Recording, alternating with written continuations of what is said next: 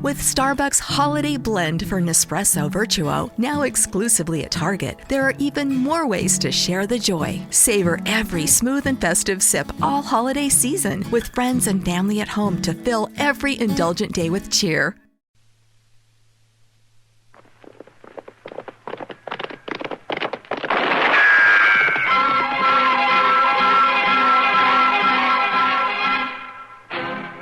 Around Dodge City and in the territory on West, there's just one way to handle the killers and the spoilers, and that's with a U.S. Marshal and the smell of Gunsmoke.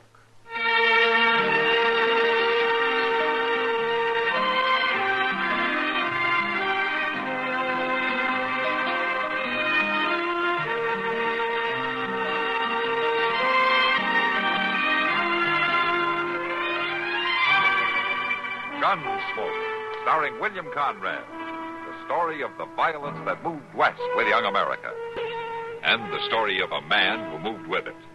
I'm that man, Matt Dillon, United States Marshal. The first man they look for and the last they want to meet. It's a chancy job, and it makes a man watchful and a little lonely.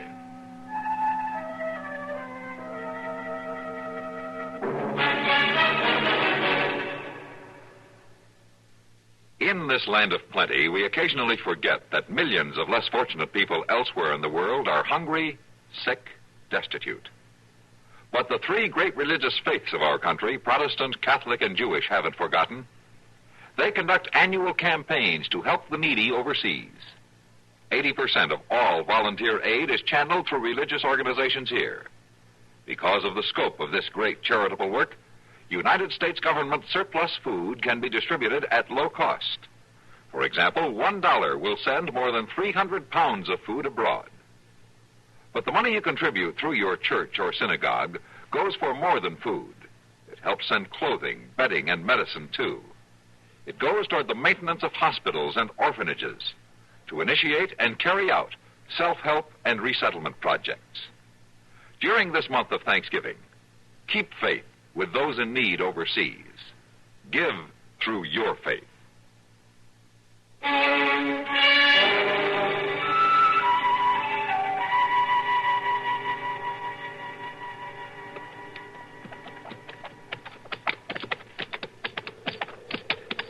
You sure you know what you're doing, Berkey? Yeah, I know. This here's good enough place. Oh.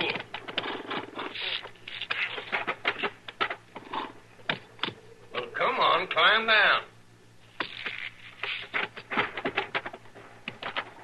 Don't make no sense to me, leaving it here after all we done to get it. Bring the shovel. Put your hands on some money and bury it. Don't make no sense at all. We're going down there near the creek. Right there under these bushes.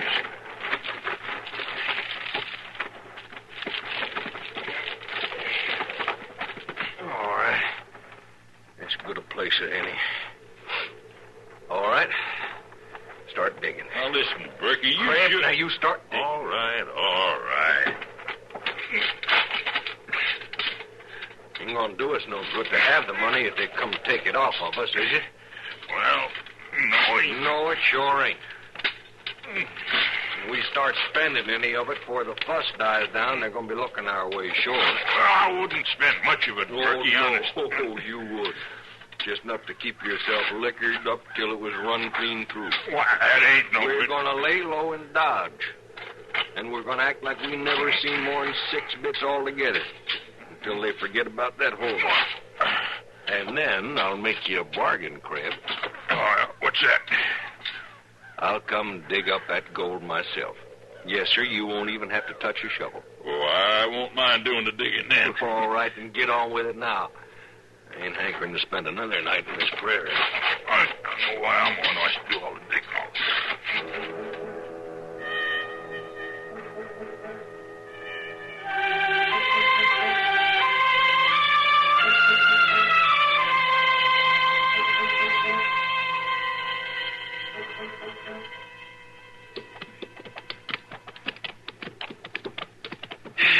I sure will be glad glad to get back to Dodge this time, Mr. Dillon.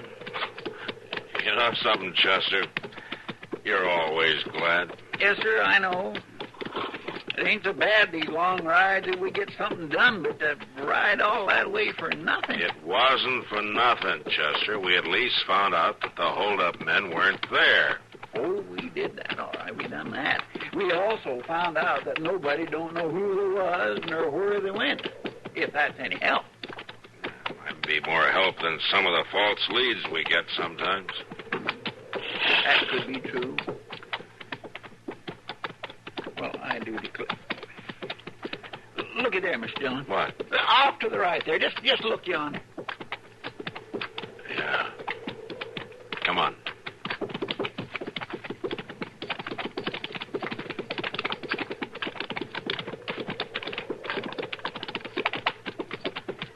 By jing, he don't look like no Indian. It doesn't look like he's got a horse.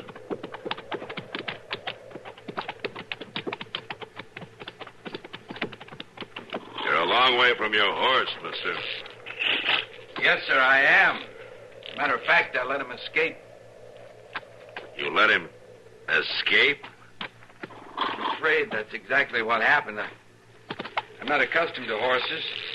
When I came back from the grave, the animal was gone. I guess I hadn't secured him properly. Grave? Just what grave was that? Why, an Indian grave back there a few miles.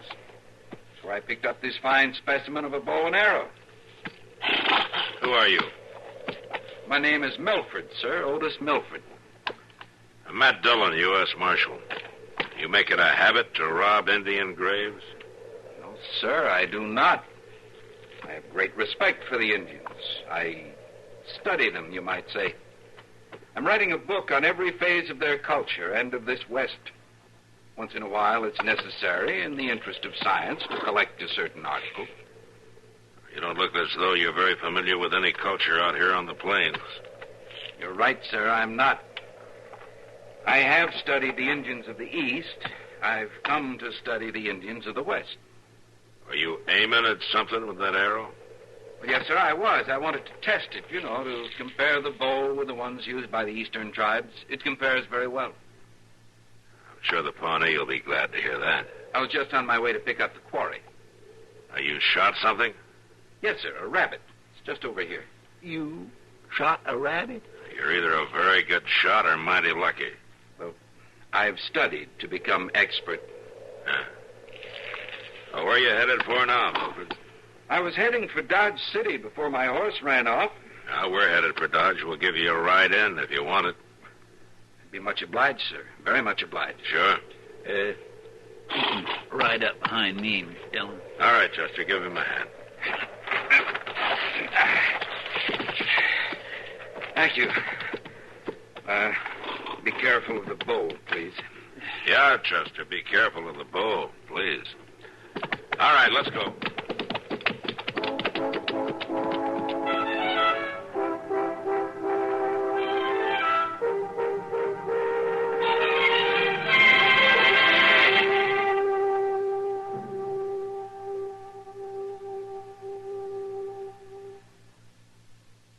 I hope supper's not spoiled, Jim. Sorry I'm late, but we're taking inventory. With the nagging backache I've had and the sleepless nights it gives me, I'm all dragged out. You've been complaining of backache long enough. Don't you want to get relief? Of course. But how? Try Doan's pills. Right. Doan's pills are an analgesic and mild diuretic to the kidneys. Nagging backache, also headache, dizziness, and muscular aches and pains may come on with overexertion, emotional upsets, or everyday stress and strain. Doan's pain-relieving action is often the answer, and they also offer mild diuretic action through the kidneys. So if nagging backache is making you feel worn out, tired, and miserable with restless, sleepless nights, don't wait. Try Doan's pills, used successfully by millions for over 60 years. See if they don't bring you the same welcome relief. Get Doan's pills today. To save money, buy Doan's big economy size.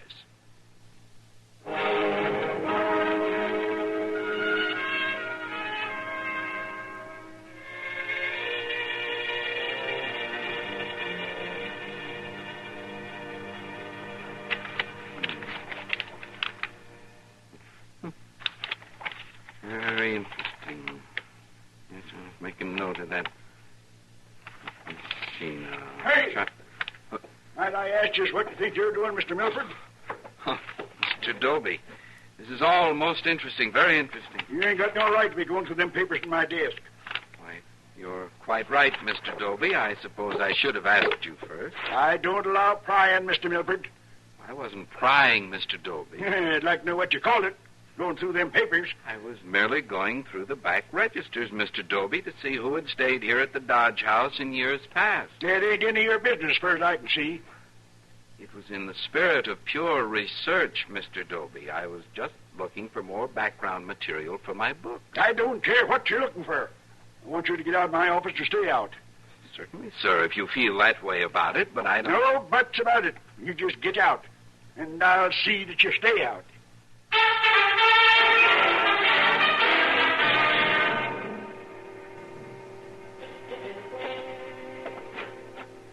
I told him I wouldn't stand for it, Marshal Dillon.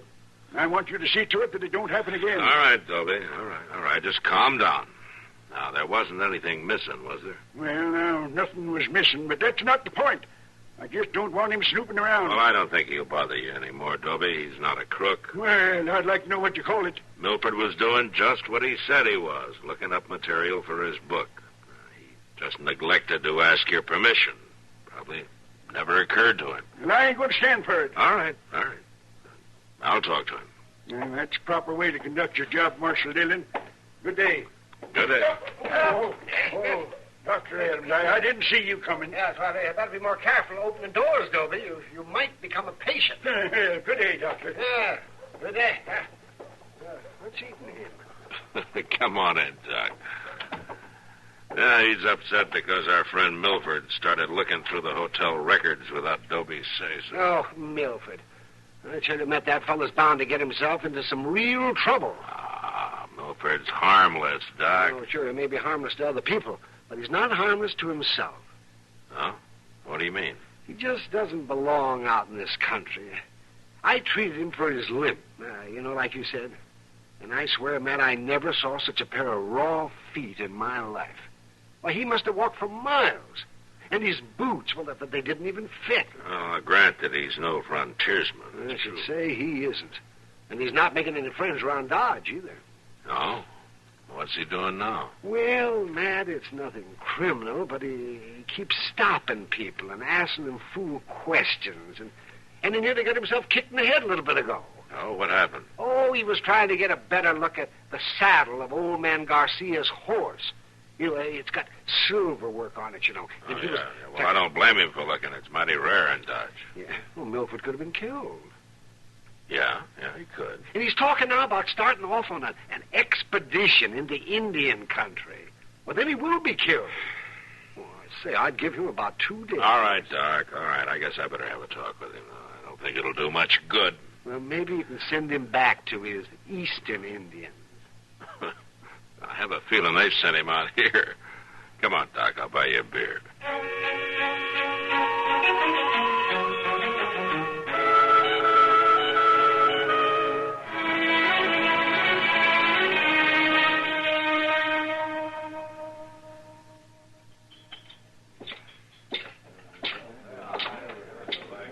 Well, I'm glad I didn't order, Matt. The food would have had to have been warmed up twice. I'm sorry I'm late, Kitty, but I've been looking for somebody. It's all right. Sit down. Oh, thanks, Kitty. I could stand some food, and I think... Kitty, maybe you better go ahead and order your dinner, huh? I'll be a little while yet. What is it now? That's who I've been looking for. You mean that little professor fellow? Yeah, that's the one. I want to talk to him before he gets into any more hot water. Before you eat? Yeah, I'm afraid so. All right, Marshal. Far be it from me to interfere with the processes of the law. Ah, Kitty. Oh, go on, Matt. I can pay for my own dinner. Just remember you had your chance. I'll see you later. Sure, Matt. Sure.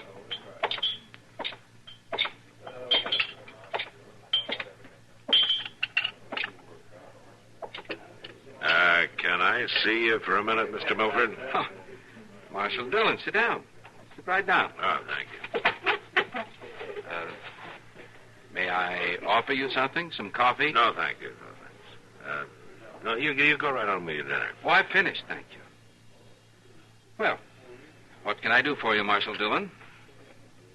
Oh, I understand that you're planning to head out on the high plains.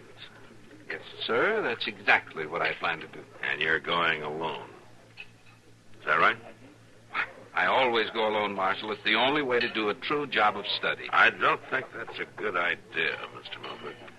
Well, I don't understand. I don't think it's safe for you to ride off out there alone. It's tough country. I'm not afraid, Marshal Dillon. Might be better if you were a little afraid. You weren't doing so well the last time when we found you. Well, I'm not going to try to ride a horse this time, Marshal. You're not going on foot. Now, Doc says you're lucky to have any feet at all. I think your doctor is somewhat of an alarmist. But no, Marshal, this time I'm taking a wagon. I'm going to be properly equipped. Equipment isn't the whole answer, Mr. Milford. A man who doesn't know the prairie stands a good chance of not getting back. I'll know the prairies when I get back. I promise you that. Well, the Indians might not be too glad to see you either. I happen to be a friend of the Indian, Marshal Dillon. Yeah, but you might not get a chance to prove it. They can be dangerous, you know. I certainly appreciate your interest, Marshal, but a man must pursue his calling. You can't legally argue with that, can you? No, and I can't legally stop you, but I can warn you. And I won't legally be responsible for what might happen to you. I understand your position, Marshal. I hope you can understand mine. Yeah, I can understand it. But I don't like it.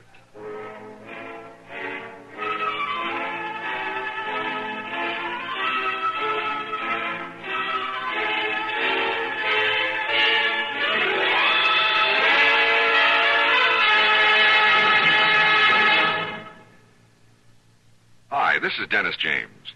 Say, remember way back when this melody was popular?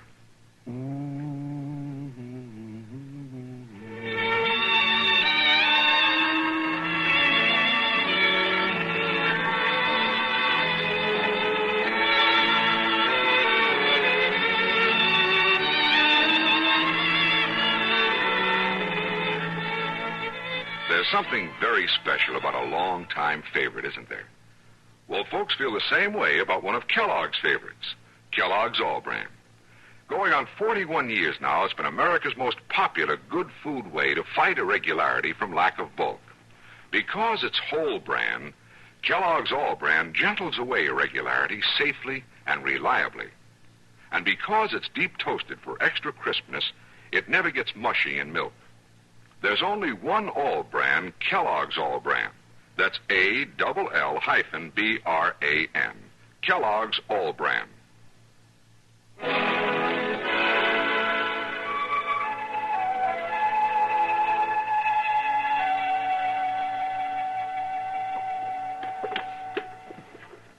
All right, Mr. Ross. If you say I need beans, beans it is. Well, it ain't proper to go nowhere in this country without a supply of beans, and that's the truth.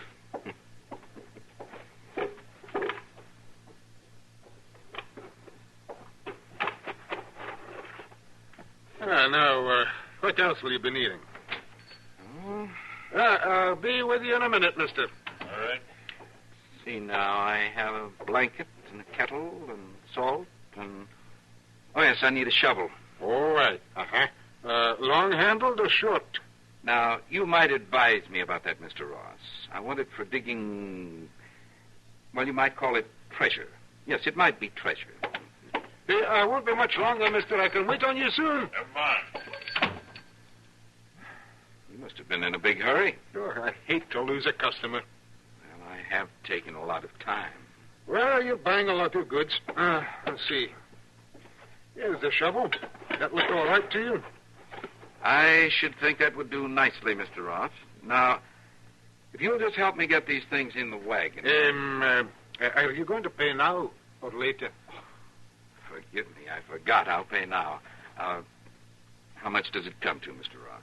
Now, let's see. It's $1.25 for the beans. That's $1.340 for the blanket, $2 for the shovel. I'll come to $7.65. 65. There you are. 5, 6, 7. All right, thank you. Now, let me give you a hand down to the wagon with all this.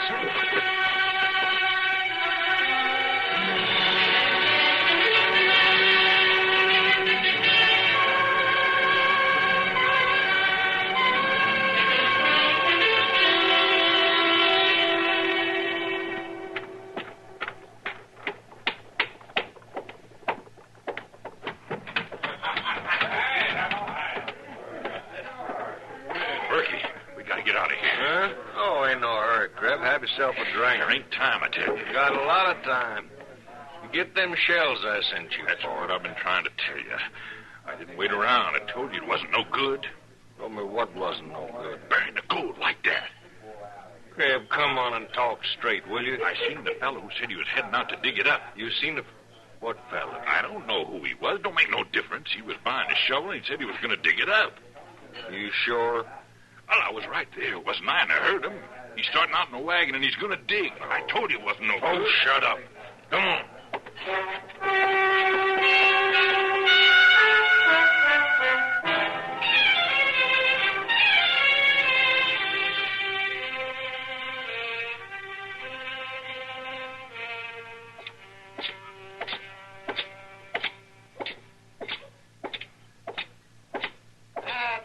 What? Oh, man. Oh, hello, Doc. You got something on your mind? Oh, nothing that you're going to help me with, that's plain to see. No, what do you mean? Well, they tell me Milford started out west. Yeah, Doc, I'm afraid he did. Well, I thought you were going to talk to him. I did talk to him. Didn't do any good. Obviously. What'd you want me to do, Doc? Lock him up? It might not have been a bad idea. Now, listen, Doc, I've had... Dillon! Mr. Dillon! All right, Chester, I hear you. Here I am. Hello, Doc. Excuse me for interrupting, but I got something to tell Mr. Dillon. Go ahead. Interrupt. Oh, what is it, Chester? Mr. Dillon, that fella has went and done it again. What fella? That Milford fella. Well, where is he now? That's just it, Mr. Dillon. They ain't hide nor hair of him. Hide nor hair of him where, Chester? Out there. Where his wagon turned All right, over there. all right, hide Chester. nor Start hair from of the beginning. Where is the wagon?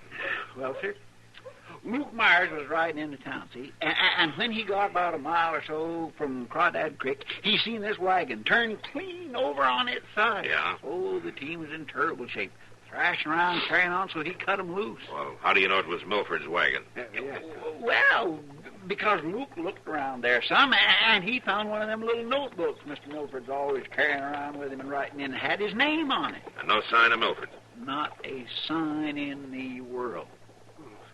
That doesn't look good, Matt. No, Doc, it doesn't. You better get the horses, Chester. We'll have to go out there and take a look around.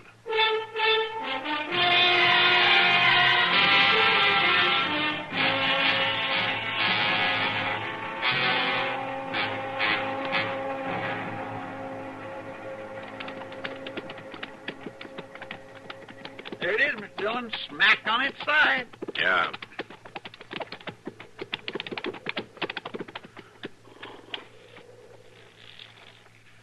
Sure ain't around here.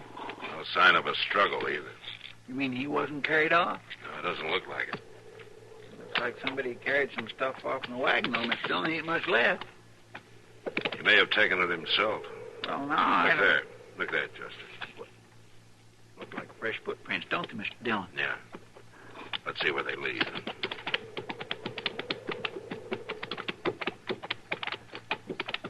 Looks like they're heading for the creek, don't it?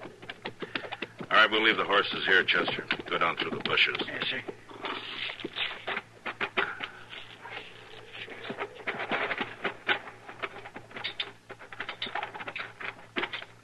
What do you suppose he'd be after down here? Now, there's no telling, Chester. He's a hard one to figure. If it's really Milford we're tracking. Well, he sure would. Listen to that, Mr. Dillon. Yeah. Come on. Be quiet. Yes, sir. You gentlemen are wrong. You're dead wrong. Don't look like it to me, but looks like you was digging in the wrong spot. I I'm not digging in any particular spot. I'm carrying on a scientific investigation. I told you, clerk, he's digging for the loot. Well, he ain't gonna do no more digging at all. Now, you men pay attention. Pay attention. I don't know anything about any loot. If I did, I wouldn't care about it. I'm digging for signs of a lost civilization. Oh. Artifacts that might be buried in this area. You're close to being buried yourself, mister. Those guns. Now, you're certainly not going to kill me. I don't believe it. You believe it. You cover the farthest one, Chester, when I start. Yes, sir. And easy now. Now. All right, drop your guns. Hey, Berkey! You got him, Mr. Dillon. Chester! He ain't moving none, Marshal. Now, you stand still or I'll throw another bullet into your friend there. I'm backing out of here, slow and easy.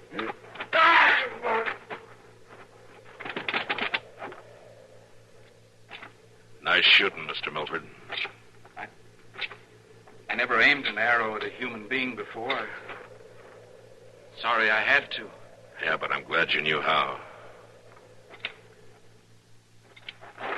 Chester? Chester, you all right? Mr. Dillon? It's all right, Chester. It's all over. You got a crease in your head, Chester. It's a good thing you got a thick skull. Yes, sir.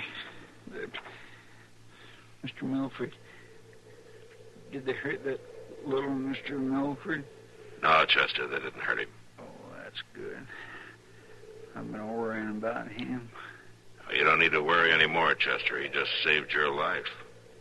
He saved him.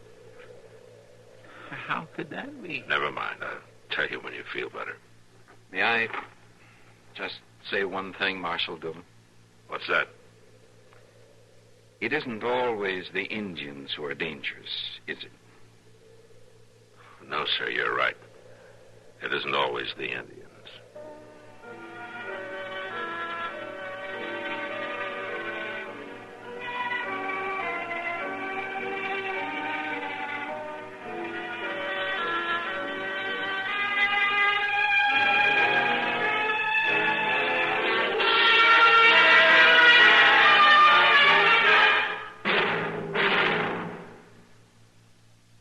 Remember on past Thanksgiving days when your husband was all poised and set to carve the turkey? Remember the wonderfully perplexed expression on his face, on everyone's face? Remember how you thought what wonderful pictures this would make? Well, this year, don't be caught with an empty flash gun. Now, today, get a pack of Sylvania Blue Dot flash bulbs so you'll be prepared. Only with flash can you capture moments like this at their best, so quickly, so easily, anytime, anywhere.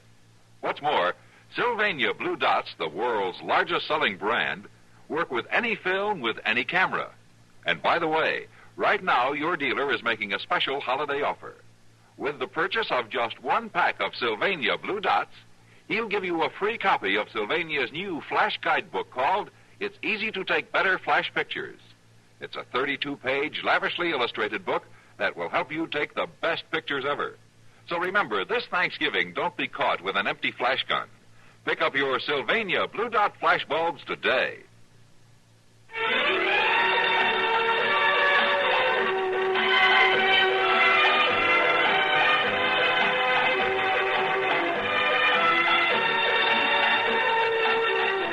Gunsmoke. Produced and directed in Hollywood by Norman Macdonnell, stars William Conrad as Matt Dillon, U.S. Marshal. The story was specially written for Gunsmoke by Marion Clark, with editorial supervision by John Meston. Featured in the cast were Vic Perrin, Barney Phillips, Lawrence Stodkin, and Ralph Moody. Harley Bear is Chester, Howard McNear is Doc, and Georgia Ellis is Kitty.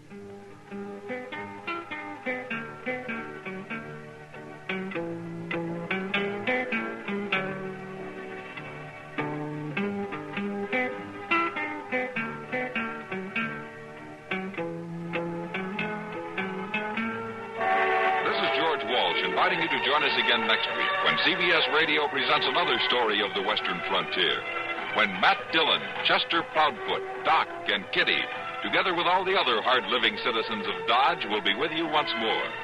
It's America growing west in the 1870s. It's Gunsmoke.